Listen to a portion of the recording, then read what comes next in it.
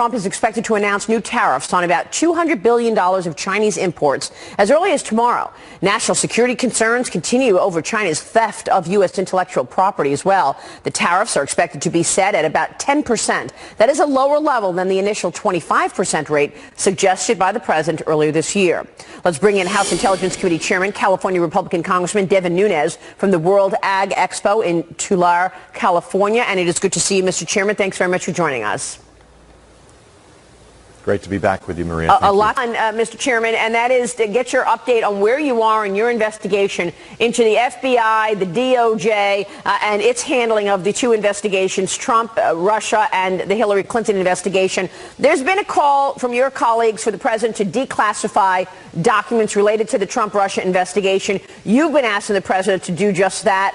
You also have depositions of important interviews that you've done. Will you declassify those interviews?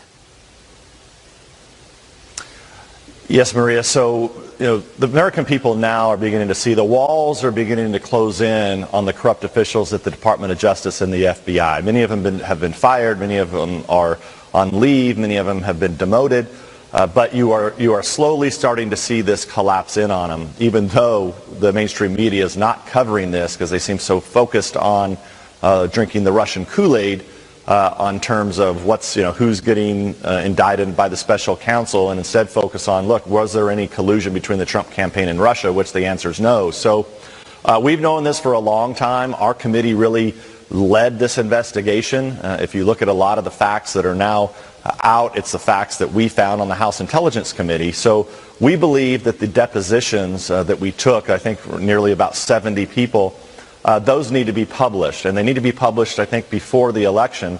Published, I mean put out for the American people to review, so that they can see the work that we did, and they can see all the people that were interviewed by us, and that their answers to those questions. I think full transparency is in order here, so I expect to make those available from our committee to the American public here in the next few weeks. So let me just go back here. This is breaking news right now. You are going to declassify your depositions of some 70 individuals related to the Trump-Russia collusion narrative. Yeah, so some of them are not even classified. Some of them are just held at the committee. So, matter of fact, I think 70 or 80% of them are not classified.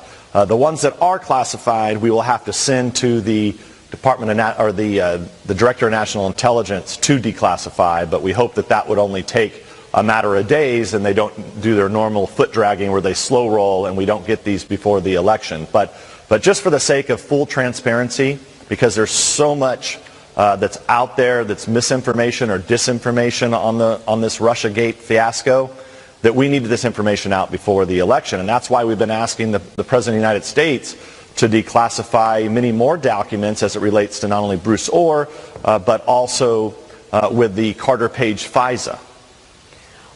Will the president declassify those documents before the midterm elections? Well, look, I think he doesn't have any choice. The president talks a lot about how this Russia investigation has hampered his administration, and I totally agree with the president on that.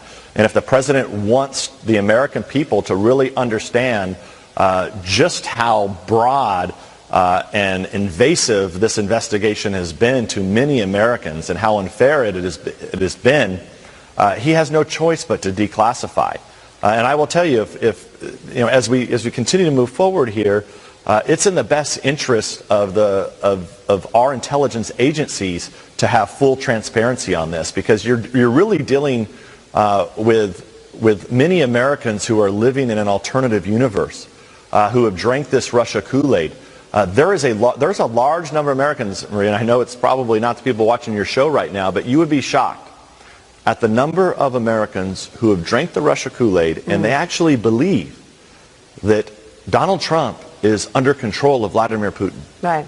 They actually believe that House Republicans are somehow under the control of Vladimir Putin. I mean, I bet 10, 15, 20% of Americans believe this, and it's incredible. Absolutely nuts. And not only that, but this has to do with a media leak strategy now, we understand.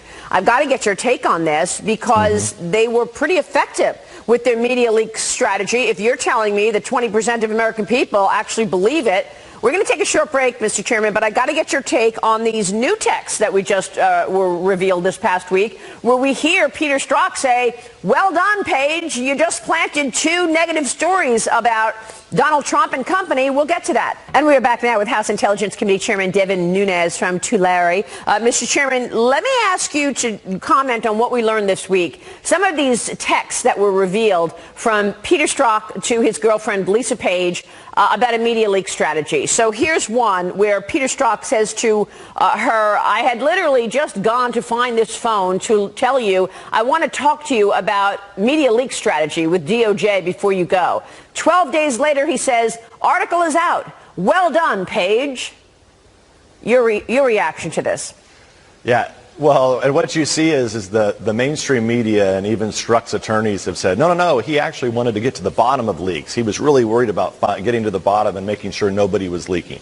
Look, that's not what was happening. What was happening here, and this ought to scare American people, it scares me, to know that the FBI and DOJ would go out and leak fake news stories in many cases, plant them in many cases, and then pick up those fake news stories to use it as a pretext, and that's the word that they use in their text, in one of their text messages, a pretext to go out and interview American citizens. Knock on their door and say, look, we read these 3 news stories that we're not going to tell you we actually planted with the news, and we want to talk to you about these news stories.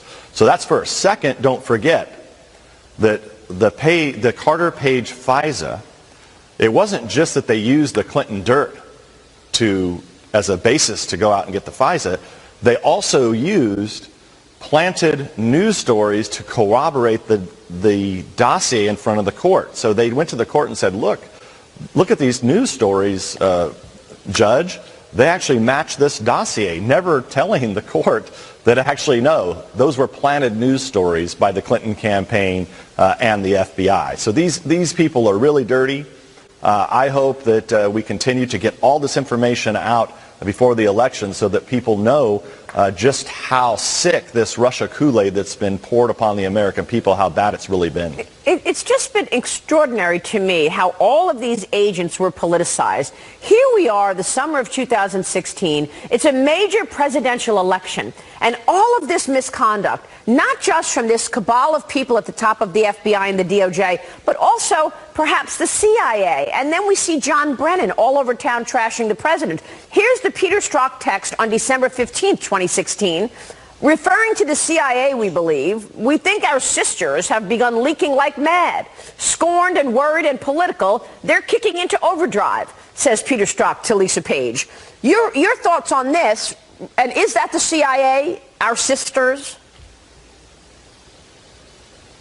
Well, it's hard to know from that text, but what I can tell you is that we saw, I think, an unprecedented level of coordination between the Clinton campaign, their associates like Fusion GPS and others who had ties and tentacles into the FBI and other agencies, the Department of State, where they were able to generate fake news stories in dozens and dozens. Really, if you go back, you can probably pick out about 2 to 3 dozen authors of reporters that actually were fed this directly and then spread that out in order to use it as a basis for an investigation. We got to jump, Mr. Chairman, but I know that if the House flips in November, you will no longer be the chairman. Perhaps your colleague on the left, Adam Schiff, may very well be. We won't hear another word about this story. We will see you soon, Mr. Chairman. Thanks very much.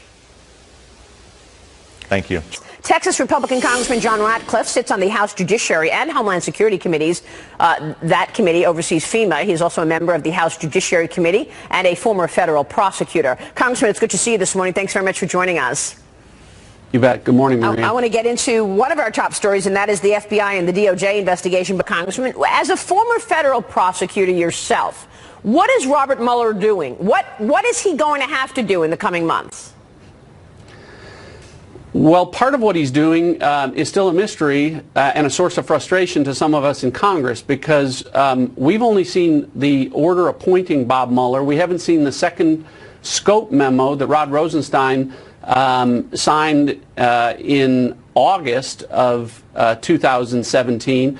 And so when folks say, let Bob Mueller do his job, I'm all in favor of that, but we need to know what his job is. And so, it seems incredible to me that members of Congress with oversight responsibility of the Department of Justice, none of us have seen that scope memo.